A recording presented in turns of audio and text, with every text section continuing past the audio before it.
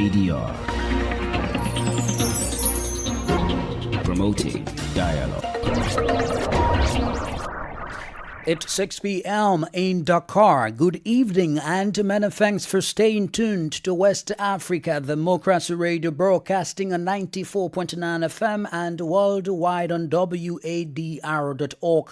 Welcome to Newslink. Here are the top stories. The Burkinabe Transitional Authority restricts traditional chiefs from contesting political positions. Aujourd'hui, ce projet de loi vient clairement fixer le rôle. Today, the bill clearly establishes the role and function of traditional chieftaincy. It therefore allows its integration into the legal system of our country. France and Senegal form a joint commission over the imminent withdrawal of French troops. And a performance tracking CSO Nemot partner says Liberian President Boakai fulfills just 4% of his 126 campaign promises. Our 22 promises are constituting 17.5%, have not started, indicating gaps in implementation, and 19 promises not rated, which constitute 15%, primarily because we have no access to information to make decisions on the promises. As part of World Radio Day, experts brainstorm the role of radio in combating climate change. Please stay tuned for details of these stories and more. Here is Augustine Coley with Newslink. Many thanks for joining our broadcast and welcome to our listeners within and beyond the sub-region. This edition begins in the Central Sahel region, particularly in Burkina Faso, where the authorities have introduced a new regulation limiting the privileges of traditional chiefs. Under the new policy, a woman holding a traditional chief position will be required to resign from her role if she wishes to engage in politics. The measure was adopted on Wednesday during the Council of Ministers meeting. According to the authorities, the aim of this regulation is to enable traditional leaders to focus on fostering peace and social cohesion in society.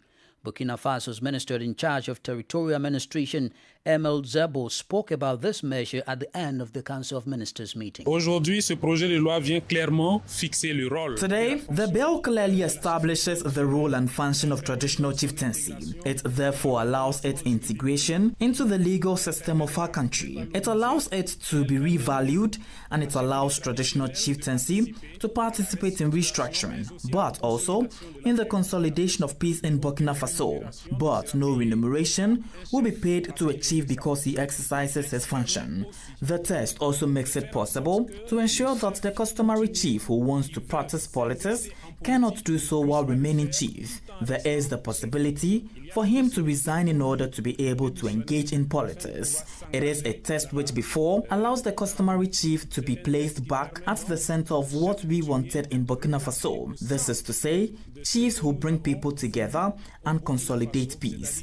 It must be said that the test also provides for the methods of devolution of traditional chieftaincy. It also allows us to talk about the ban and to sanction self-proclamation. Today, through this test, it will no longer be allowed for anyone to self-proclaim. Anyone who makes a self-proclamation will be sanctioned as well as their accomplices. Une autoproclamation sera sanctionnée ainsi que ses complices. Ms. Zebo is Burkina Faso's Minister of Territorial Administration.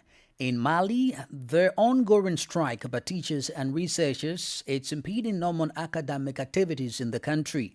The aggrieved teachers have been on strike for the past 3 weeks demanding the payment of their research bonus, which was promised by the state authorities in 2017. Despite ongoing discussions with the government, no significant progress has been made. The strike is disrupting normal school activities in Mali, and students are becoming increasingly concerned about the academic future. The students have expressed their dismay and called on Malian authorities to address the teachers' concerns. Atisu has the details in this report. Only a few students continue to show up at the Faculty of Administrative and Political Sciences despite the suspension of classes. For 3 weeks, teachers and researchers have been observing a strike which is now in its third phase. It is a deplorable situation, according to these students who hope to finish their programs as soon as possible. Our goal now is to finish the degree before Lent, but regarding this strike, they have disrupted our classes. We have lost 2 months of classes, so it prevents us from continuing our studies. To catch up with a delay in the execution of programs, some students organize themselves into groups to do academic exercises. While discussions between higher education unions and the government are not progressing, professors do not intend to reconsider their decision despite deductions from their salaries. Siaka Kone is a communications secretary for the Union of Teacher Researchers. We have only one concern this year, which is that we have waited from 2017 to the present, so we have been patient enough and waited. Therefore, we are determined this year that this bonus should be paid. So, the withholding does not scare us, but it is also certain that the law cannot be applied selectively. Meanwhile, universities will remain closed as a sign of a compromise between the teachers' unions and the Ministry of Higher Education, a situation that has not suited the students. Bamako correspondent Aliyu Cham's report voiced by Atisu. More stories coming up on West Africa Democracy Radio. Newslink continues. Now, away from the Sahel, Liberia's President Joseph Boakai has suspended the Director General of the National Fisheries and Aquaculture Authority, Emma Matia Glasgow, over allegations of financial and administrative inefficiencies. Information Minister Jeremy Pierre announced the decision Thursday during the Ministry of Information's regular press briefing. According to Pierre, the president acted based on recommendations from NAFAD's board, which accused Glasgow of violating the act that governs the institution. Further complicating the matters, the Office of the Ombudsman reportedly flagged concerns over Glasgow's leadership style, describing her approach as insultive. These concerns, according to the minister, played a role in the president's decision to suspend her. Minister Pia, citing the president's suspension letter, stated that Glasgow is expected to cooperate with an ongoing investigation into the allegation against her. Meanwhile, a new report by the leading civil society organization in Liberia, Nemo Partners for Democratic Development, reveals that President Joseph Boakai has fulfilled just 4% of his 126 campaign promises, urging the government to step up efforts to deliver on its commitments. Presenting the one-year performance report at a news conference on Wednesday near Monrovia, NEMO's executive director Eddie Jawolo disclosed that only 5 of the president's 126 campaign promises have been completed, accounting for just 4%. 80 promises, constituting 63.5%, are ongoing, reflecting active effort by the government across different sectors. 22 promises are constituting 17.5%, have not started, indicating gaps in implementation, and 19 promises not rated, which constitute 15%, primarily because we have no access to information to make decisions on the promises. The promises are under 6 pillars of the arrest agenda. So macroeconomic stability, infrastructure development, we have 72 promises tracked, 45 promises are ongoing, 2 completed. Under pillar 2, health, works, environment, and climate change, we have 11 promises tracked, 10 promises are ongoing, none completed. Under pillar 3, human capacity development, we have 13 promises tracked, none completed. Under governance and rule of law, we have 15 promises tracked, 2 completed. Under pillar 5, gender, youth, children, and social protection, 10 promises tracked, 1 completed, 7 ongoing. The last is 33. We track on a fight against corruption. We have 5 promises track. All 5 promises are on board. So we'll make few recommendations now that the promises are already out. We recognize that the government is making some effort in economic stability, infrastructure development, youth empowerment, but also highlight slow pay implementation around critical issues like education, healthcare, and anti-corruption measures. Eddie Jawolo is the executive director of Nemo Partners for Democratic Development. Now, here in Senegal, reactions have been pouring in since the Court of Auditors published its report on public finances. On Wednesday, the Court of Auditors published a report detailing the management of Senegal's public finances from 2019 to 2024. As a reminder, Senegalese Prime Minister Ousmane Sonko revealed last December that the Diomaye Faye's government inherited a country in ruins, facing a catastrophic economic situation. Prime Minister Sonko also disclosed the existence of a bank account containing 1 billion CFA francs without providing for the details. However, the Civil Forum calls for proper clarifications of these revelations for greater transparency in the management of public finances. The civil society organization also demands legal proceedings into the report. Biram Sek is the coordinator of the Civil Forum. Regarding the 1,000 billion, we have invited the president of the FDQ to instruct the various competent authorities to shed light on the owners or the ownership of the 1,000 billion account that his president announced he was aware of. Therefore, this will be a focus on transparency. It will be a focus on good governance. The Civil Forum strongly urges that the President of the Republic insists to his authorities that we clarify the destination, but also the ownership or the properties of this 1,000 billion CFA franc account that was announced by his Prime Minister. That's Biram Sek. He is the head of the Civil Forum in Senegal. We're staying in Senegal because France and the Senegalese government have announced the creation of a joint commission tasked with organizing the withdrawal of French armed forces from Senegalese territory by the end of 2025. This announcement is contained in a joint statement signed by French Foreign Minister Jean-Noël Barrot and Senegalese Foreign Minister Yassine Fall, who stressed that desire to build a new partnership based on mutual respect and cooperation in areas such as security, defense, and development. This decision follows a series of discussions between the two governments, and it's part of a reassessment of French military presence in Africa. The decision also marks a significant change in the French military presence in Senegal, a country which until now hosted French forces on a historic defense agreement. The World Bank has warned Ghana against a premature return into the international capital market. The caution comes on the back of the bank's latest public finance review report about Ghana, which highlights concerns about the country's rising expenditure and fiscal discipline. Wadr's Nadidititi reports. Ghana has a long history of financial support programs, having entered 17 IMF programs and spending 40 out of its 68 years under IMF-supported policies.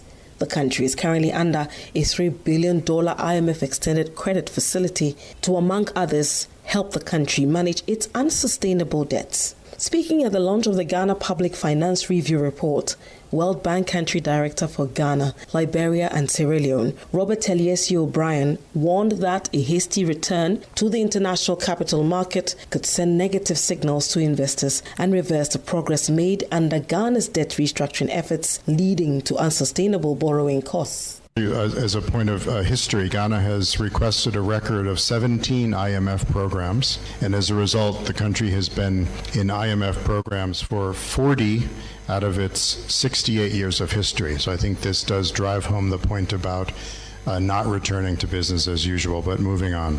I think it's critically important at this juncture in Ghana's history from the World Bank perspective that it sends strong signals about credible reforms, including structural reforms going forward. That would be the really great signal to send.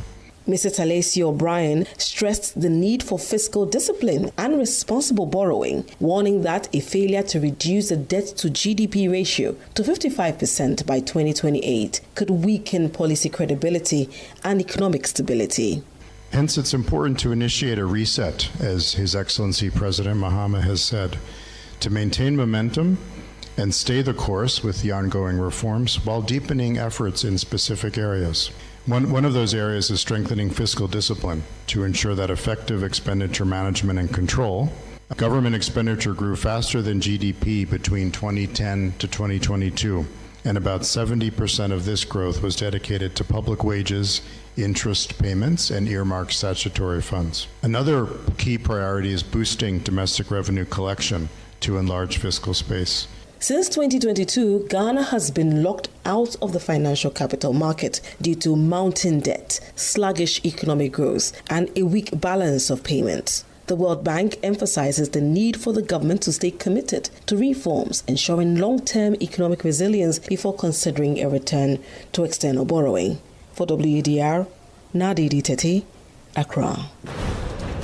You are listening to Newslink on West Africa Democracy Radio, broadcasting from Dakar, Senegal. Here's a reminder of our top stories. The Burkinabe Transitional Authority restricts traditional chiefs from contesting political positions. France and Senegal form a joint commission over the imminent withdrawal of French troops. A performance tracking CSO Nemot partner says Liberian President Bouakai fulfills just 4% of his 126 campaign promises. And as part of World Radio Day, experts brainstorm the role of radio in combating climate change. We also have a guest interview and sports news. Please stay with us. West Africa Democracy Radio. It's you speaking. Many thanks for staying with us. Let's now focus on the second African Union of Broadcasting Media Summit on Climate Change ongoing in Dakar, Senegal. The two-day summit, in collaboration with the United Nations Office for Disaster Risk Reduction and the West Africa Democracy Radio, focuses on the potential of radio to support climate action across Africa. It has been held in commemoration of the World Radio Day 2025. Though in the opening ceremony, the Gambia Minister of Information and Media Broadcasting Services, Dr. Asmala Sise, called for effective actions to be taken to mitigate the impact of climate change activities on vulnerable communities within Gambia and Senegal, as well as other parts of the world. There is the power of radio to bring people together, to inform, to educate, and to entertain. As we mark this occasion, under the theme Radio and Climate Change, we are reminded of the critical role that radio plays in our daily lives, particularly in our efforts to combat the existential threat of climate change. Climate change is perhaps the most pressing issue of our time, and one that requires immediate attention from governments, civil society, individuals, and from non-governmental organizations alike. Rising temperatures, devastating natural disasters, and unpredictable weather patterns are having a disproportionate impact on vulnerable communities around the world, including those in our region here, Senegambia. The Senegambia region is not immune to the effects of climate change, and we have already begun to experience its consequences in the form of droughts, floods, and rising sea levels and temperatures. Distinguished ladies and gentlemen, as the Minister of Information, Media and Broadcasting Services, I'm very much aware of the critical role that my ministry plays. Our efforts go beyond mere information dissemination. As a country, the government is taking bold and concrete steps to address the root cause of climate change, build resilience, and to adapt to its impact. The Gambia, through the Ministry of Environment, Climate Change, and Natural Resources, has developed a national adaptation program of adaptation called NAPA to guide our efforts in reducing the vulnerability of our communities to climate-related disasters. We have also established the National Climate Change Policy, which outlines our vision for a low carbon climate resilient future. Equally, government, through the National Strategic Electricity Roadmap 2021 to 2040, plans to generate 50% of its electricity from renewable energy sources by 2040.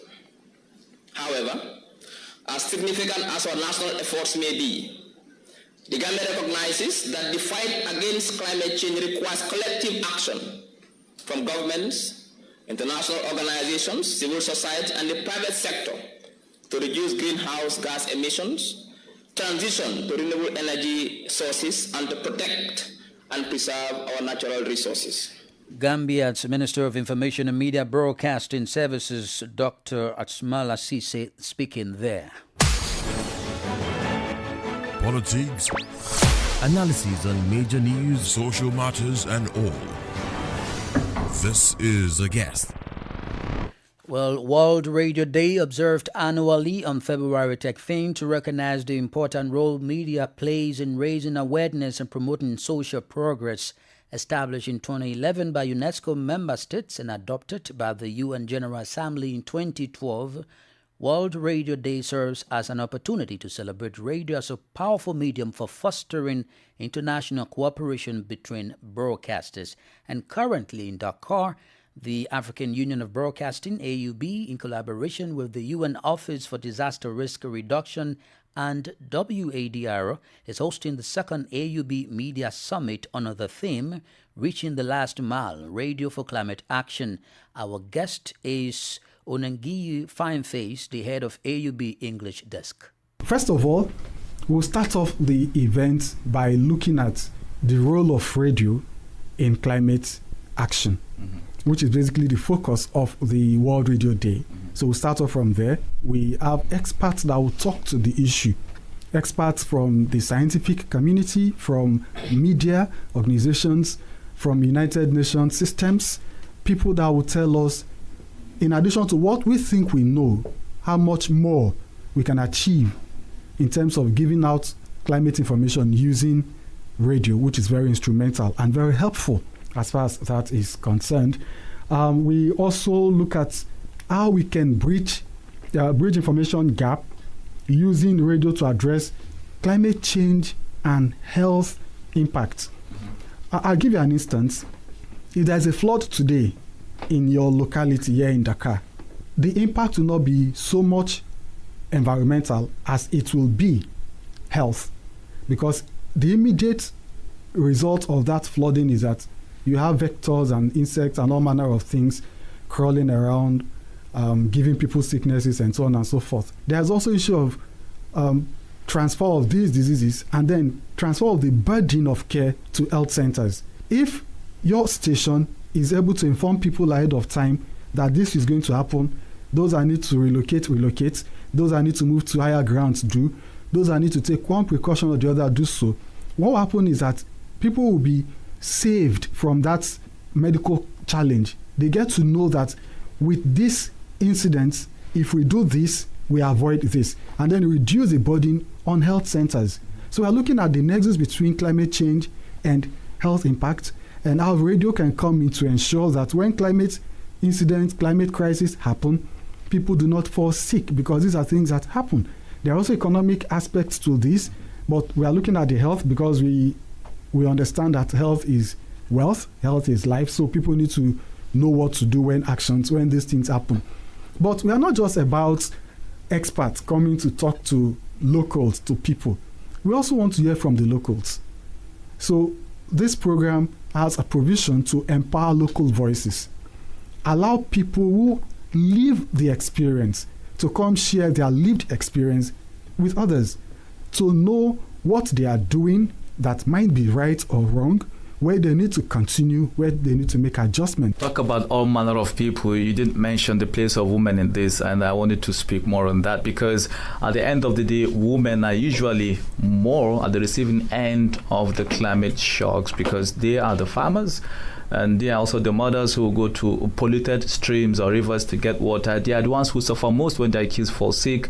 They are the ones who inhale the carbon monoxide from using coal and firewood, which today is the new campaign for solutions to renewable and, energy. In fact, affordable and renewable energy sources. So tell us more about that. Yes, that's very correct. Women are well factored into this program. And not just this, the AUB has series of gender programs.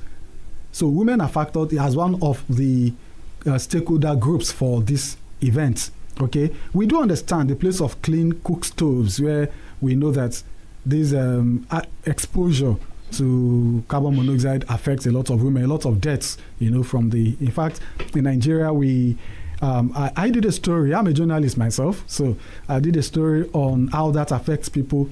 And the locals told me that not just the women, even the men, that overexposure to the heat from charcoal affects fertility. And some of them, out of ignorance, take all manner of things, assuming that it will help boost their fertility. So it's a big problem. Yes, women are involved. We have high-level experts that are women, so they are represented in a choice of participants.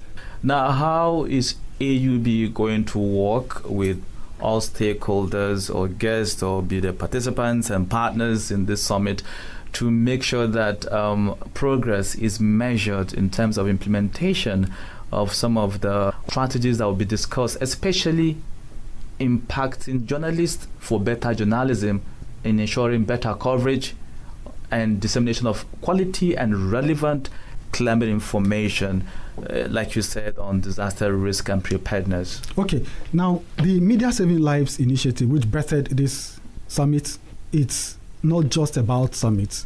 It involves training of journalists, and beyond training of journalists, there is also what we call co-production. There is grants. Let me start from Mauritius. It started in Mauritius. Before Mauritius, there was online training. From online training, we had a twinning workshop in Mauritius where participants from all over the world, including European Broadcasting Union, were there. And after that training, participants were given grants to go into co-production, where you are in Senegal, you are working with someone in Côte d'Ivoire, looking at shared experiences, comparing solutions, comparing methodology, and so on and so forth, okay? So when we have summits like this, it doesn't end there. Some of the participants in this summit have been trained already, online and physically. Some have gone into productions. Some will go into the production and training stage as next. Others are coming from it. So it is a continuous process. The AUB has the AUB Vision platform, which is in Algeria. In that platform, we have all members of AUB pulled together to upload, contribute stories, and also take stories. So if you're a member of AUB, the moment these things are put on the platform, no matter your country, you have access to the stories. So it's not just a one-off program. It's not just a conference. It's a complete package. Onangiyi Fineface is the head of AUB English Desk. Up next is Sankule Janko with sports.